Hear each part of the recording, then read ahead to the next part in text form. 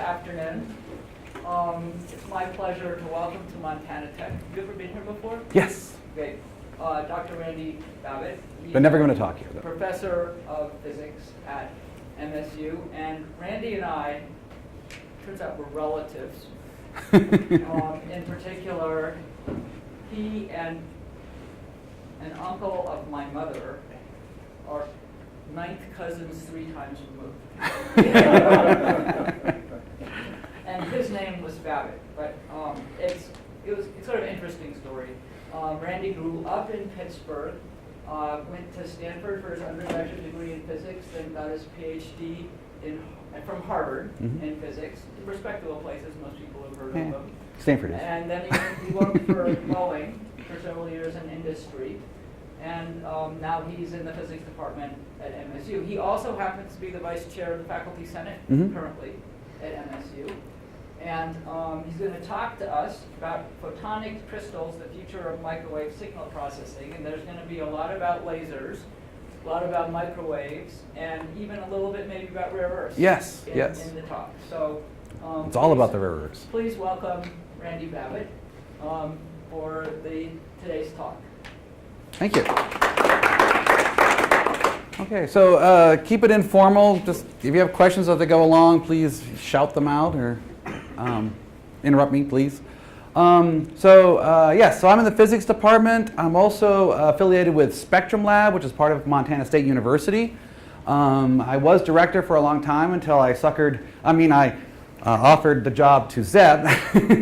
And Zeb was actually an undergraduate who worked with me, went and got his PhD at University of Colorado, talked him to come back, and 2 years after he came back, I made him director. So, because I didn't want to be anymore. So I've been having a lot of fun playing with Spectrum Lab, and one of the companies that spun off of Spectrum, the S2 Corporation. And then there are a lot of other people that because I'm going to show you something about the companies that are in Montana, the optics companies in Montana, and the Optech. There are a lot of optics professors and researchers at Montana. I should say MSU, because you're Montana too, aren't you? Yes, we're all Montana. Gee, I hope we don't say anything too silly. You're recording this, aren't you? Okay. Yeah, shut me up if I say something too stupid. So Spectrum Lab was started in 1999. It's a center. It's kind of nice. We're actually under both the colleges of engineering and letters and science. So when we want something done, we can go to one dean or the other. When we want to hide, we can hide as well. That's nice. We do about $1 million a year in grants. And we basically work, our mission is to work on developing and helping to commercialize, because we're part of the university, so we can't commercialize, but we work closely with photonics companies to develop photonics technologies and commercialize them and give our students a unique experience of seeing how things go from fundamental to applied to actually into the industry. And the technologies I'll talk about today are the main one that I want to talk about is the microwave photonics one. But I'll say a little bit about quantum information and compressive sensing and stabilized lasers, because they're all fun things. So this is the group of people. We got about 9 people on our staff that work about 7 FTE, 3 graduate students and 3 undergraduates working with us right now in Spectrum Lab, and many more in physics. We're part of Spectrum Lab is its own department.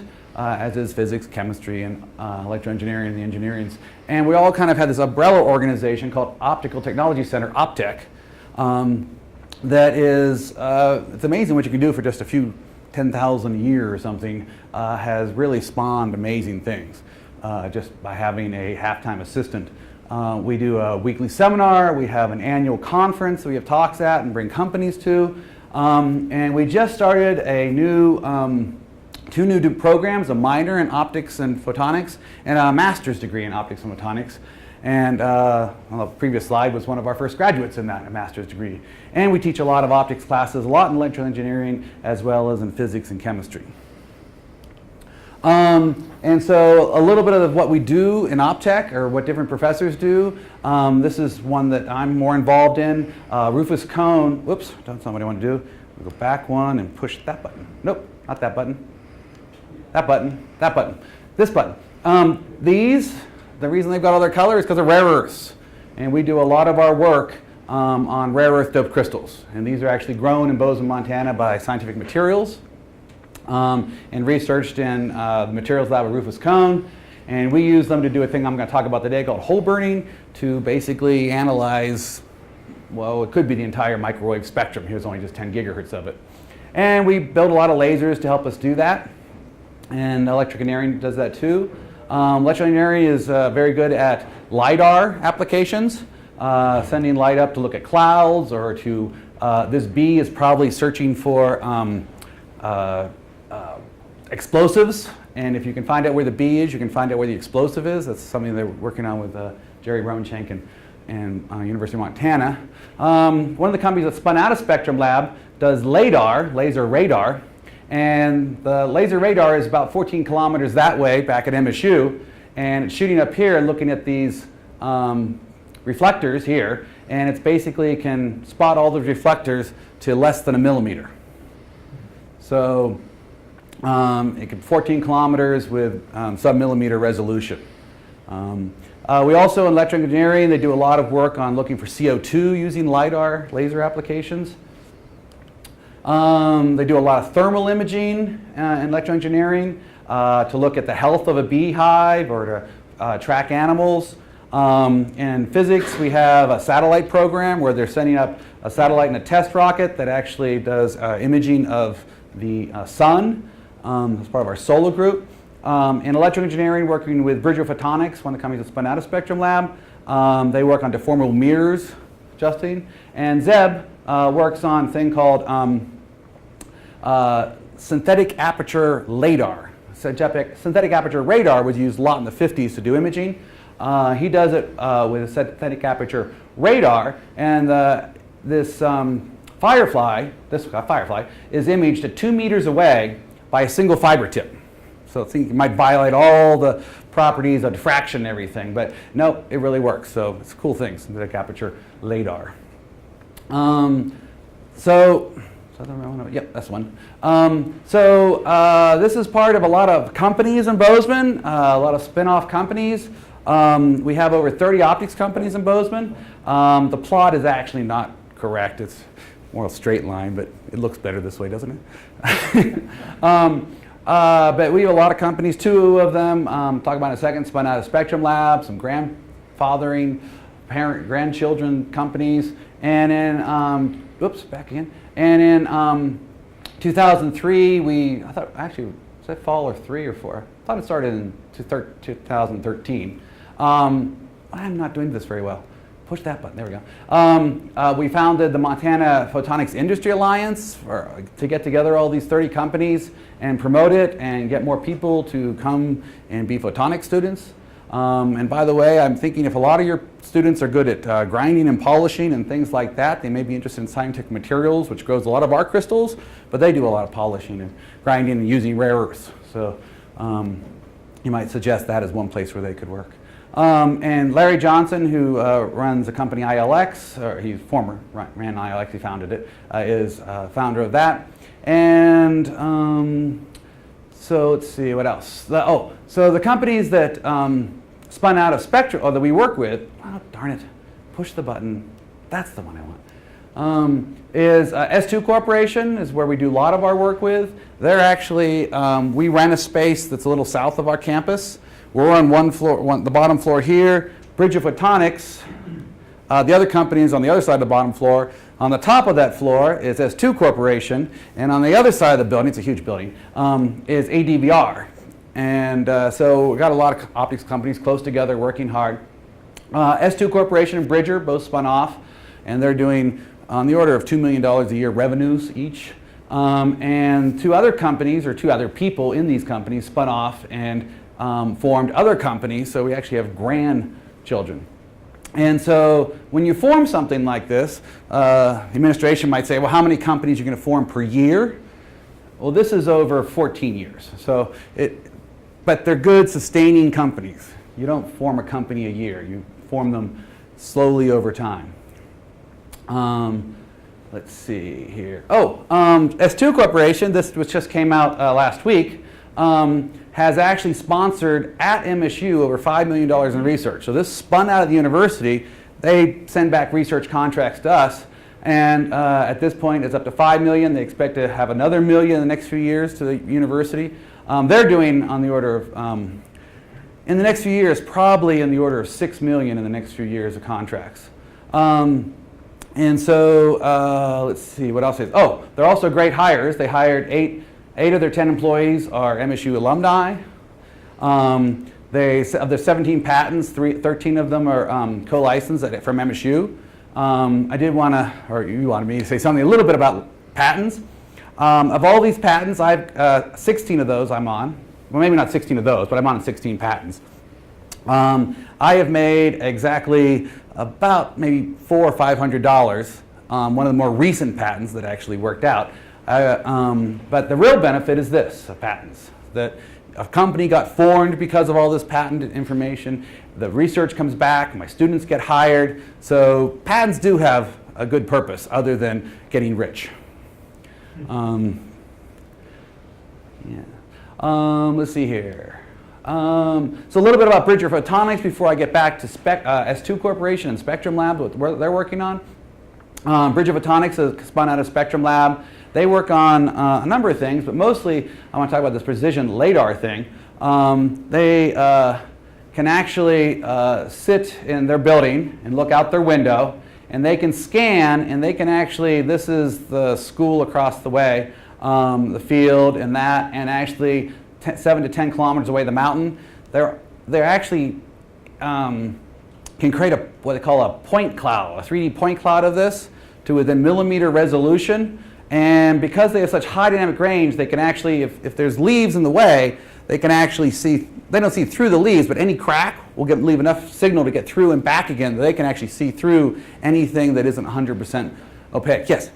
So can they use this technology to look out across Bozeman and actually map, say, chemicals that are in the atmosphere and get their location and maybe concentration and identity?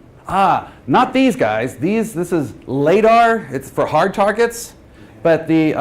But these guys back here can do that one. That's the Lidar. They can do that. They're looking across to look at CO2 concentrations in areas. They're actually looking out of the MSU building, look at the clouds up in the air. So there's a lot of Lidar work. They don't need a mirror on the other side to Nope. replace just Nope. out and back. Okay. We actually had one project and trying to use the mid-IR to look at the vents of houses to determine whether they're meth houses. So rather, if someone calls up and says, we smell something funny, rather than breaking down grandma's door, they can say, look at the vents. That project was with Bridger, and there are other ways of doing it now. So you have great ideas, and they go somewhere, and then someone else has a better idea, and you stop. That's research. So that's pretty amazing. So they have very high resolution laser ranging. So let's talk about Spectrum Labs projects.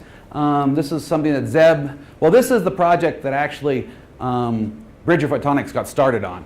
It actually, what we'll talk about my technology, I needed to actually do spectroscopy in essence. I need to scan out my material really very quickly. So I need something that scans frequency so it chirps. I need a chirp laser, and for many years we tried to develop a chirp laser that could do that. I said I needed one that can chirp for 10 gigahertz, and many iterations, and finally they came back and said, yeah, well, we can scan 10 gigahertz really precisely. The only thing about it can actually go 5 terahertz very precisely. So they had a 5 terahertz chirp. I mean, that's just phenomenal. And that's why they can actually scan to the Bridgers with submillimeter. Actually, they could go down to tens of microns resolution. It's the turbulence is the problem. And so chirp laser is just a laser that does a really good job of scanning frequency as a function of time. And what you do if you send out that chirp, and then another chirp comes back delayed, so it bounces off something and comes back. It's delayed, so here's the delayed chirp, here's the chirp you send out. If you beat those two, you notice it's always a constant frequency difference. If you measure that constant frequency difference, it's a spike, and it basically tells you your range, the range of where you are. You just measure that frequency, convert it for what your chirp rate, tells you the delay, multiply by C, and tells you your range. And you can do that for many returns. You have lots and lots of returns, do the frequency analysis, and get the ranging. So that's what led to, so those guys said I could do 5 terahertz. They said we're out of the door, we're part of our own company. And so that's what they do. And they did this work where they're actually they're scanning at 14 kilometers with sub-millimeter resolution. Zeb uses that to do this thing called synthetic aperture Ladar. And he actually uses, rather than imaging like you would normally image X, Y, he tilts the thing back a little bit and uses this, the ranging resolution, this way to get that. And then he takes a fiber tip and he moves it like this to get this dimension. So he just has a fiber tip right here. And at 2 meters away, he actually can image with sub-100 micron resolution, Dragonfly or whatever. And they actually have a technique, if they use 2 fibers, they can actually get height, 3D imaging. So here's a penny that they imaged. And he was working on this with Bridger. We do this thing called compressive sensing, which may be a geologist or geophysicist, or you're one, right? Geophysicist in the crowd? You're a geophysicist. Yeah. So we were wondering, so this is a thing where the idea is that normally if you have 1,000 random things, and you want to measure those 1,000 random things, you need to make 1,000 measures. That's Nyquist. Nyquist says you have to do that. Well, if you know that not all 1,000 of those are filled, that actually only about maybe 1/10 of them are non-zero numbers, you can do this thing called compressive sensing. It's really a cool mathematical technique. And they actually can have things called single pixel cameras.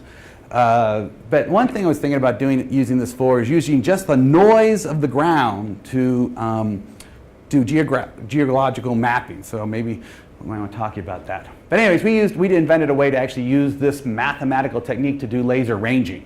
So that's one thing we work on. And we can actually do this down to the single photon level, so that's kind of a cool thing. So we just have fun. Speaking of single photons, this is what Zeb does. Information in a photon. How much information can you have in a single photon? You might think it's a single bit, but I think Zeb's showed that he can get up to maybe 3.5 photons, 3.5 bits of information from a single photon. You can get more information than just on and off for a photon. So we do work like that. And so that's just a run through of what Spectrum Lab does and what the local companies does. So I want to talk mostly today about the microwave applications of spatial spectral holography, or in other words, S2 technology, or in other words, spectral hole burning, or when I was in graduate school, photon echoes is what I worked on. Yeah, I've been doing this, what year is it? It's 1915, 32 years I've been working on this stuff. Trying to get out of it, but it's fun. Too much fun sometimes. So yeah, it's been working on this for 32 years. And it's just really now coming to fruition, where people in the Army, the Navy, actually Google, a lot of people are saying this is pretty cool stuff. And here's a quote from one of our beneficial funding agents, saying that this is like supervision of the electromagnetic spectrum. You can basically look at 20, 30, 40 gigahertz with sub-megahertz resolution, and you can do that at 1,000, 10,000 times a second and capture, and I'll show you some of the data we have for that. So that's what I want to talk about today. It's all based on rare earths. So if you have any good rare earths, I can take home? So we use thulium. I did my thesis on europium. The previous project we did on erbium. These are yttrium aluminum garnets, so a lot of rare earths, and all these crystals are made by Scientific Materials in Bozeman, and that's why I'm pitching that might be an interesting place for your students to go. Although you sound like you're doing a great job of placing students, so I guess you don't need any other places. Why do we do? So we dope the rare earths. Here's rare earths, my schematic. So I don't know much about rare earths, so that's how I draw rare earths. So here are rare earths in this crystal, and yttrium oxide clear crystal. And local environment kind of changes the energy of the rare earth. If you just took any single rare earth, in this case the thulium, it has a very narrow transition at 793 nanometers in just the near infrared. And it's so narrow that if you cool it down to 4 Kelvin, so we do everything cryogenically, its line width is less than 50 kilohertz. So that's really, really narrow. even 17 to 100 gigahertz is narrow when you're talking about optical spectroscopy. So when you talk about 50 kilohertz, which is a million times narrower, that's really narrow in terms of optical spectroscopy. But because of all the nearest neighbors, strains, and everything, that each ion has its own frequency. So each frequency is spread out. Each one is a very narrow channel. Each ion has its own absorption. It only absorbs one color of light, and its neighbor absorbs a different color of light. And you put millions and millions of those on top of each other, and you get sort of a Gaussian distribution that's very broad. And like I said, even that is very narrow when you're talking about optical spectroscopy. And so you have that. But if you come in with a laser and you shine it at this frequency right here, it only talks to the ions that are right there. And so if you have a bunch of ions here, this is the number of ions there. If you keep shining a laser on a bunch of ions and they start absorbing, eventually they can't absorb anymore. You start saturating the transition and you can burn a hole. So lots of ions, lots of absorption.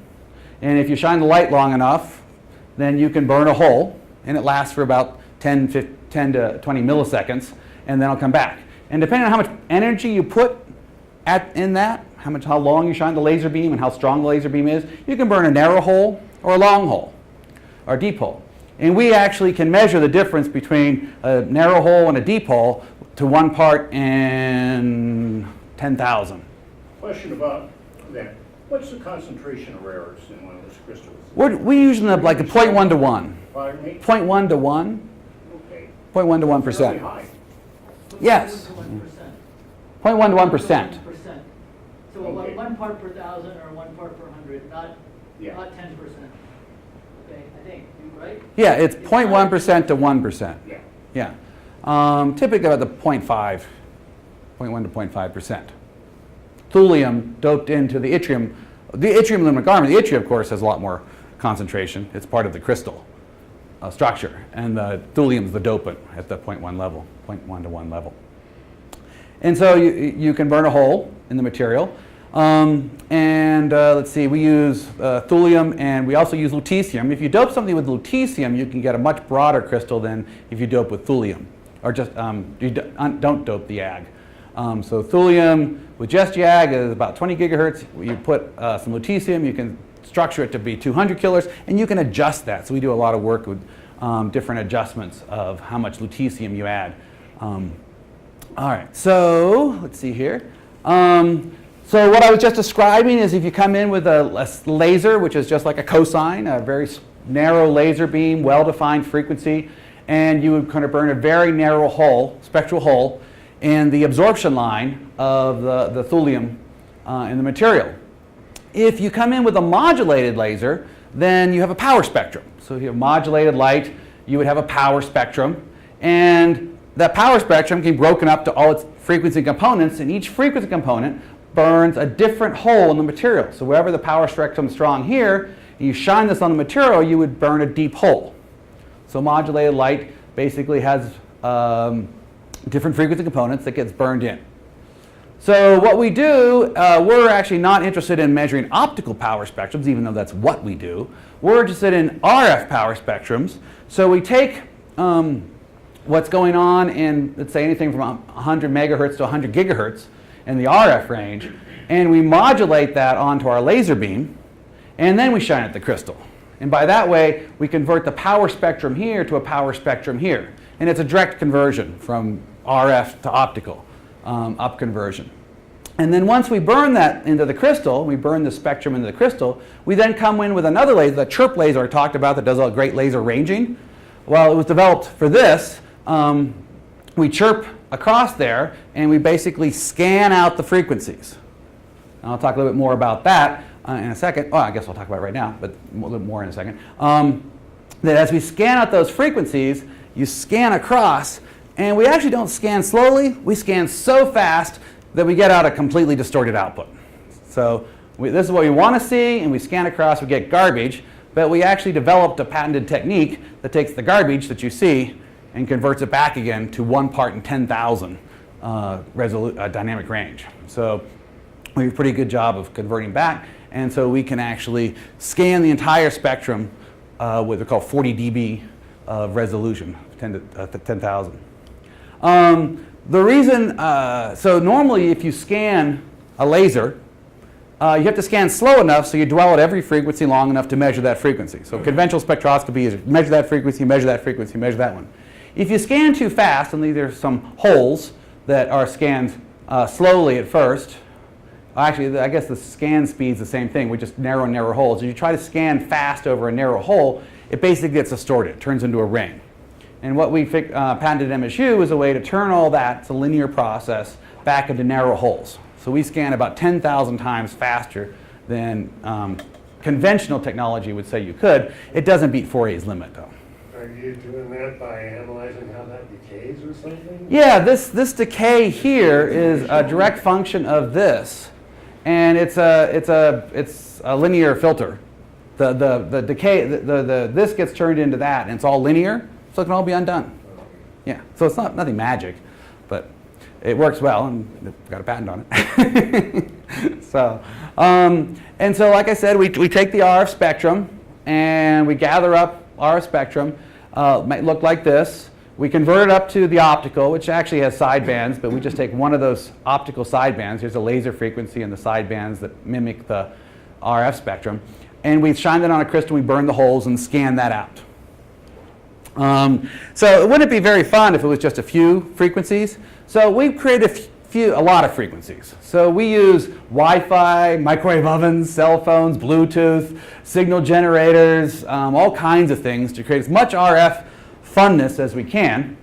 And we gather all that together, mix it onto our light, and shine it into our crystal, and then read it out. And so we want to show you some examples of that. So if, for instance, if you were at this point in time, right, the very bottom, at that 120 seconds into this scan, if you looked at the power spectrum, it would look like that. So those lines are those lines. These are this here. This is a single frequency RF with two sidebands modulated onto it, and that shows up there. Here's some spikes over here. But what we do is we change that as time goes on. We actually vary the frequency. So this is a scan from 0 to 10 or 20 gigahertz. So this is 20 gigahertz of RF spectrum sampled every, I was going to say 5 kilohertz, every 0.2 milliseconds. So every 0.2 milliseconds we actually take out, we measure the spectrum, and we do that. Now, why would you want to do that? Well, most of the microwave spectrum has been sold off or regulated off. And so you want to know who's using that. Are people actually using what they're being sold? And also people want to know, are other people using what we own? So you could, like driving through Seattle and monitor the spectrum for 24 hours, know what's happening on the sub-millisecond level to all the frequency band from 0 to 20. Now, so this zoom, I said we have megahertz resolution, so there are 20,000 pixels from here to here. Well, obviously this screen can't look at 20,000 pixels, so let's switch over to another screen. This screen can do 20,000 pixels. How does it do 20,000 pixels? Wait, I'm actually not zoomed out there. I say, so there's what I just showed you a second ago. So this is a scan of a, here's a laser, frequency generator that was both modulated and swept. This right here, actually, this is where I wanted to do this. That's Wi-Fi and Bluetooth. And what you can't see here is a lot of other stuff. But if I zoom in on that, switch to this guy. So let's see here. Let's look right here. Somewhere here we'll see, maybe right there. I can zoom in, and I can see that this is really a local oscillator with modulated sidebands on it. And I can even zoom in further, and I can see that local oscillator, when it jumped from times going this way, when it jumped from here to here, didn't quite get there to begin with. It kind of started here and then went that way. And so you can actually monitor how the local oscillator is going on, and you can really zoom in and see exactly what happened when that thing turned. It looked like it started here, jumped over here, and then went there. And the distance from, let's see, from there to there is, this is in milliseconds, I do believe. is probably on the order of just 100 milliseconds from there to there. And so you can look at stuff like that. You can go back out. Whoop, wrong computer. Back out. Uh-oh, that's not good. Back out. Hello? Well, that can't be good. Okay, that's better. You can look over here. So this is 0 to 20 gigahertz. Wi-Fi and Bluetooth are right here. This is an interesting one. You can actually see Bluetooth and Wi-Fi fighting with each other here, Bluetooth and Wi-Fi. And then they kind of settle in and are happy right about there. And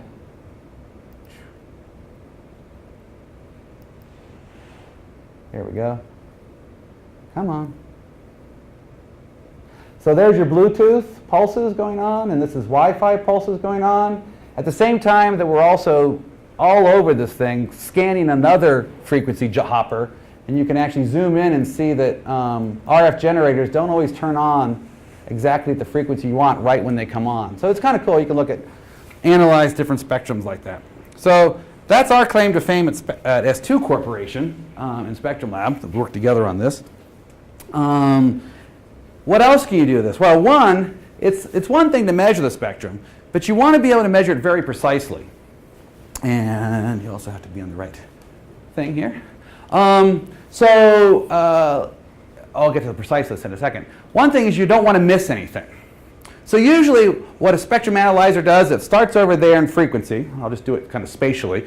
But it starts in one frequency and it scans very carefully across. And then it comes back and it scans again in frequency. And while I was over here, I didn't notice her turn the lights on because I was looking over here. Okay, and only over here, she never left her seat. And the same thing happens when you're scanning a spectrum with a regular spectrum analyzer. You scan the spectrum, and you only see activity occasionally. Like, I don't know, here the Bluetooth was on, but I don't know what happened to Bluetooth here to here.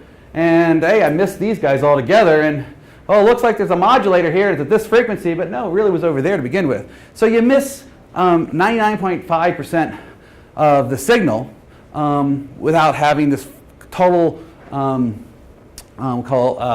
POI, probability of intercept. This thing captures everything. It integrates everything up and then scans it out. The other thing you don't want, the other thing you want when you're doing spectrum analysis is if there are two strong signals on, it can actually, those two can mix, and if you take 3 cosines, 2 of those and 1 of those, and mix them together, you'll get 2 times 1f minus the other, and so you get sidebands, third order intermods. So second order intermods would be the sum of these two, sum and difference. Third order is 2 of one and minus 1 of the other, and it creates sidebands. And you don't know if those sidebands are real or not. Is somebody really there or not? And so you want the ratio of this to be very big. And this is a measure of how much nonlinearity you have in your system. If you're mixing all your frequencies together, you get a lot of sidebands. If you're really good at not doing that, you don't have many sidebands. And the reason whole burning is good is because this comes from a nonlinearity in the time domain. You take 2 cosines, they're omega t, and you multiply them together. That's a time domain multiplication. And all our nonlinearities are in the frequency domain. So we can actually ramp this signal over 10,000, a ratio of 40 dB, 60 dB, a million from small to large, and we don't create a sideband until it's up by about 1 million, and then our sidebands start popping up. So this dynamic range, perfect dynamic range, is 70 dB. Actually, it's 6. We're almost at 70 now. Let's say 60. 1 million to 1.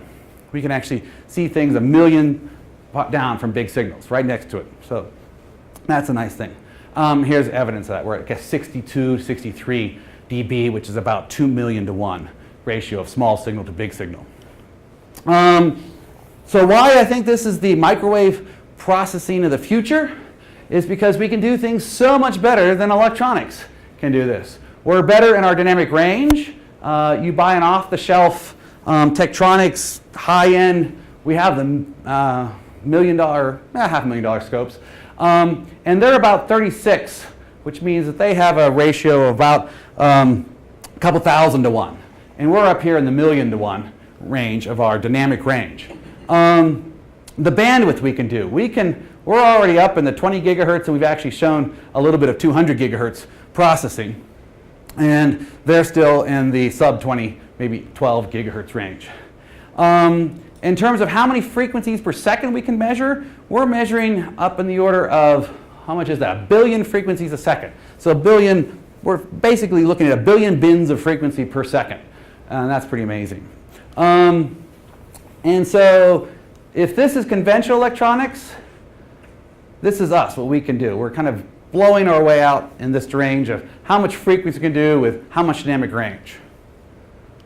In terms of computational, what are we doing? If you tried to do the same thing we're doing, you'd need a high-end digital processor, digital capture. You'd have to capture all the radio frequencies, digitize them, and then Fourier transform them, and then power spectral them, and then sort them, and then probably combine them all together. If you did that with, in terms of gigaflops, the equivalent of what we're doing is up here in the, on the order of 1 million to 10 million gigaflops.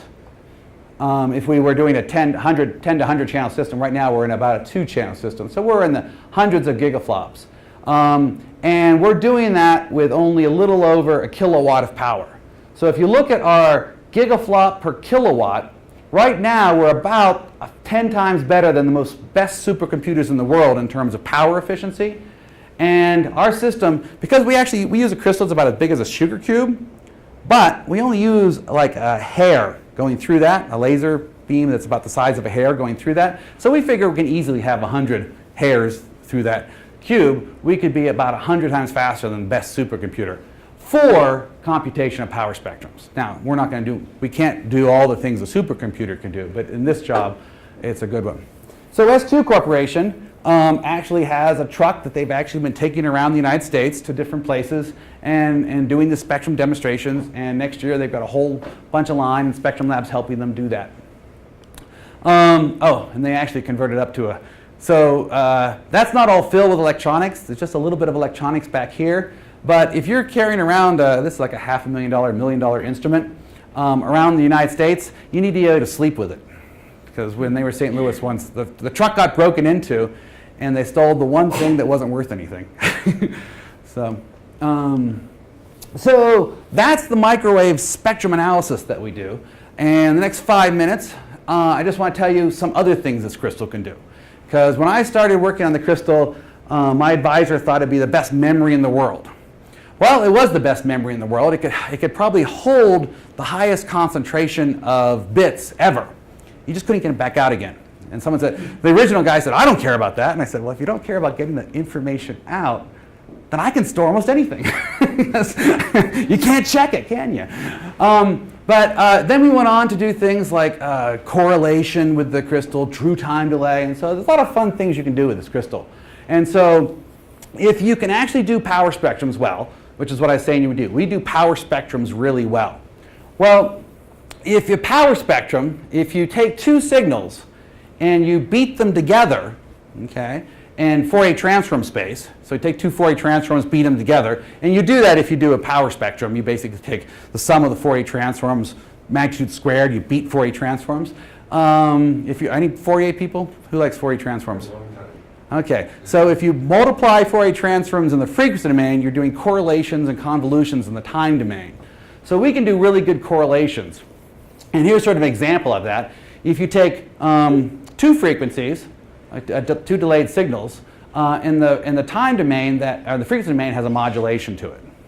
And if you change the delay between them, you change the modulation. Well, if you have, like in laser radar, or in RF radar, if you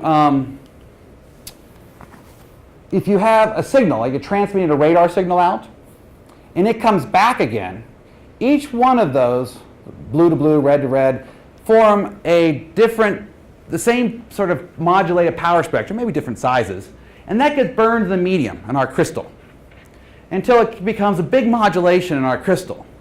And so we can actually measure the time delay between these 2 pulses. And a lot of radar is based on measuring time delay. So if you can measure time delay really well, then you can do great radar. Especially the more bandwidth you can measure, then the more frequencies you can measure, and the more and the higher resolution you get and the time domain. So we do that. Here's sort of, if you're here for the Fourier transform guy. So if you take two transforms and you multiply them together, you get this mixed signal. And who could care less about the mix? It's this little thing right there. And all you're trying to do is measure a little tau. And so that's what we do. We measure a little tau. We do that by sending off a laser radar signal, hits a plane, comes back again, mix it in our crystal, and do this power spectrum in Fourier transform. We get a spike. And it worked so well that these guys took it to the middle of the Pacific Ocean, to the millimeter wave radar range on the Marshall Islands, and they imaged the International Space Station with it. And so you can see here, if you look at, think of it, so this is as time the International Space Station is going past, but it looks best right here, where you can see the fins here, the body of the International Space Station, and two more fins down here. And I think that's the biggest window radar image there is of the International Space Station. Let's see here. We can correlate noise, and that's why it might be interesting to do the geological studies to integrate the noise to actually measure multi-reflections and underneath the ground. And the other thing we might do with this is image distant stars, and we're not quite sure of that, so stay tuned on that one. So this correlator also can, correlations, how many people searched Google today? Nobody searched Google? Okay, come on! All right, you've all searched Google today. So Google likes to search things, right? They look to look for patterns. Well, I said this thing can do correlations and convolutions, and that's what pattern recognition is, just correlations and convolutions. So let me give you an example of that. How many, remember the old equalizers we used to have on our stereos and all the little knobs? Well, imagine having 1,000,000 knobs. And that's sort of what we're doing here. We're like a 1,000,000 knob equalizer, which is sort of like a pattern recognition system. And we actually did this with Shakespeare. So we took, how many? 4 Shakespeare plays, and we sent that into our crystal. And we programmed our crystal to look for these patterns.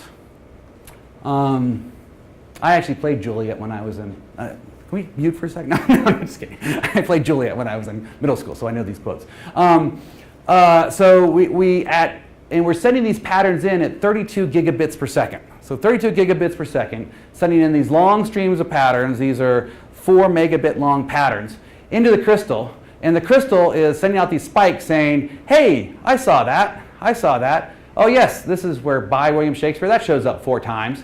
And if you actually compare this with the, you can also do a Fourier transform with MATLAB on a computer. And it's pretty exact. All these little spikes come up, the half partial thing. So, but we're actually scanning at 32 gigabits per second, looking for pattern lengths that are up to 1,000 long.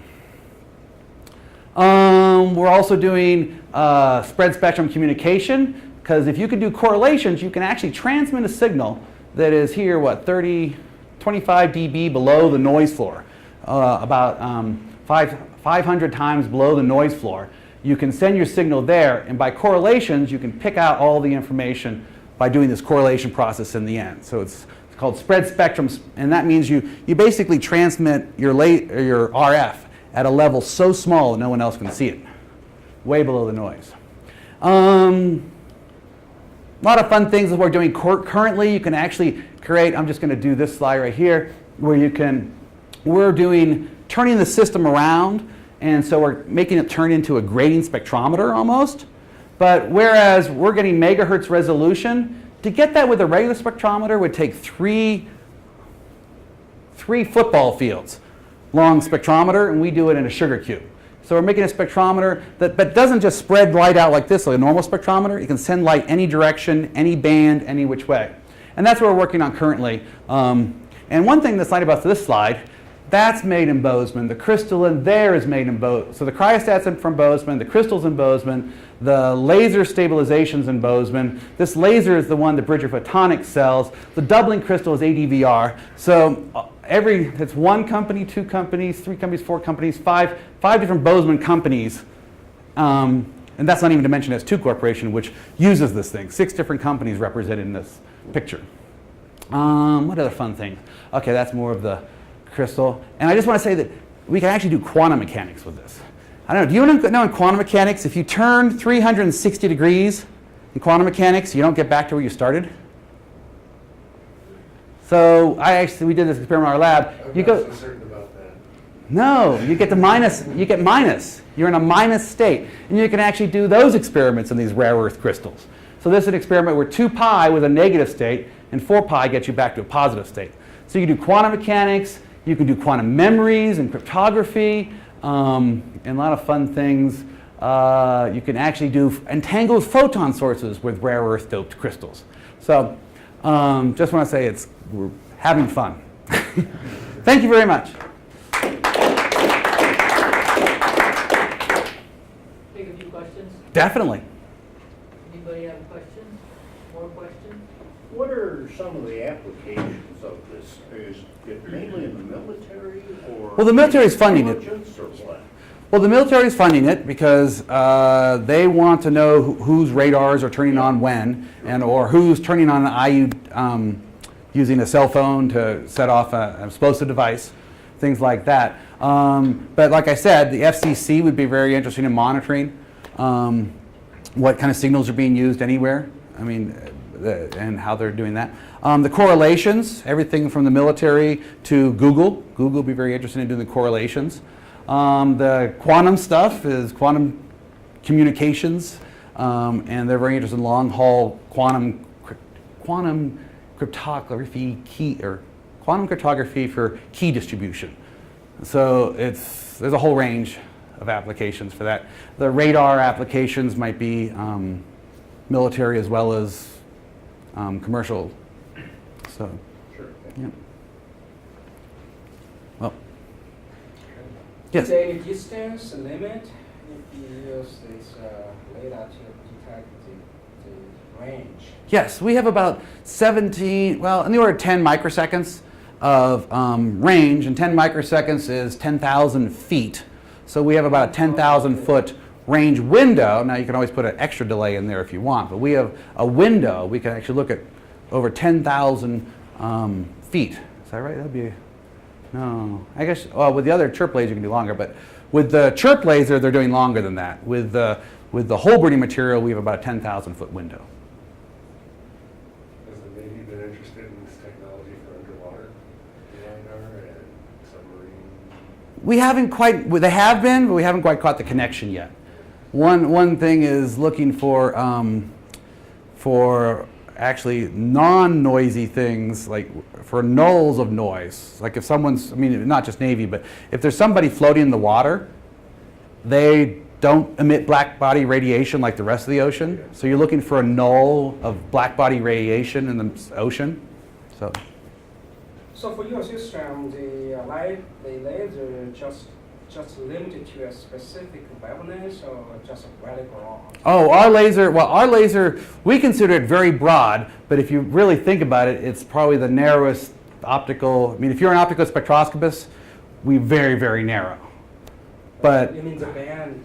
yeah, and, I mean, the central frequency, wavelength. it's, 793 nanometers, we're right on the button, although there are different thuliums at different wavelengths, but we're only like our band is 1,000th of the optical range.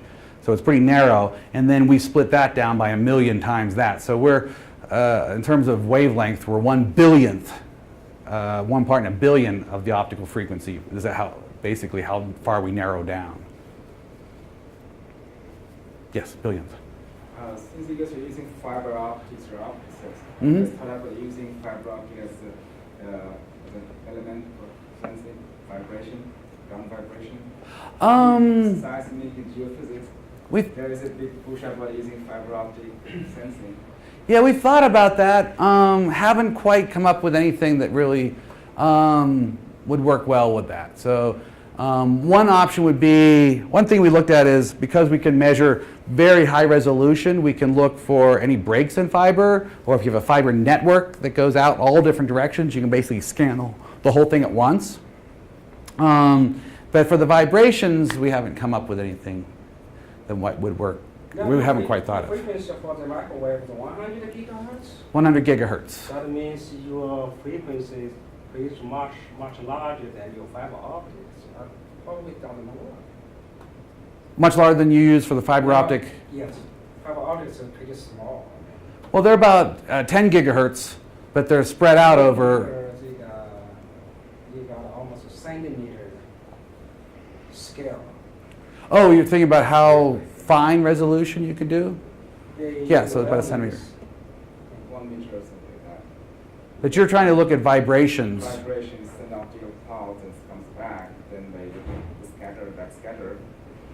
Yeah, the vibrations, though, in that sense, are probably on the order of kilohertz to 10 kilohertz to 10 Right, kilohertz like that. in that range. And so you probably do better with a narrow laser with a modulation and just measuring the modulation that comes back. If you want resolution on where something happens, like I said, depending on. Consider the Hall propagation along the fiber optics. If your wavelength is pretty larger than the size of the fiber optics, you probably want to do it. You want to bounce back within the fiber optics. Oh, and the fiber optics. Yeah, you also have to bounce back. So so you basically measure. You basically have reflectors along the way. Yes.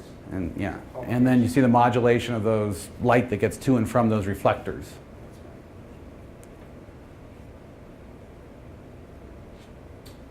You thank him again? More questions, or you guys, anyway, thanks. Oh, you're welcome. That blew me away.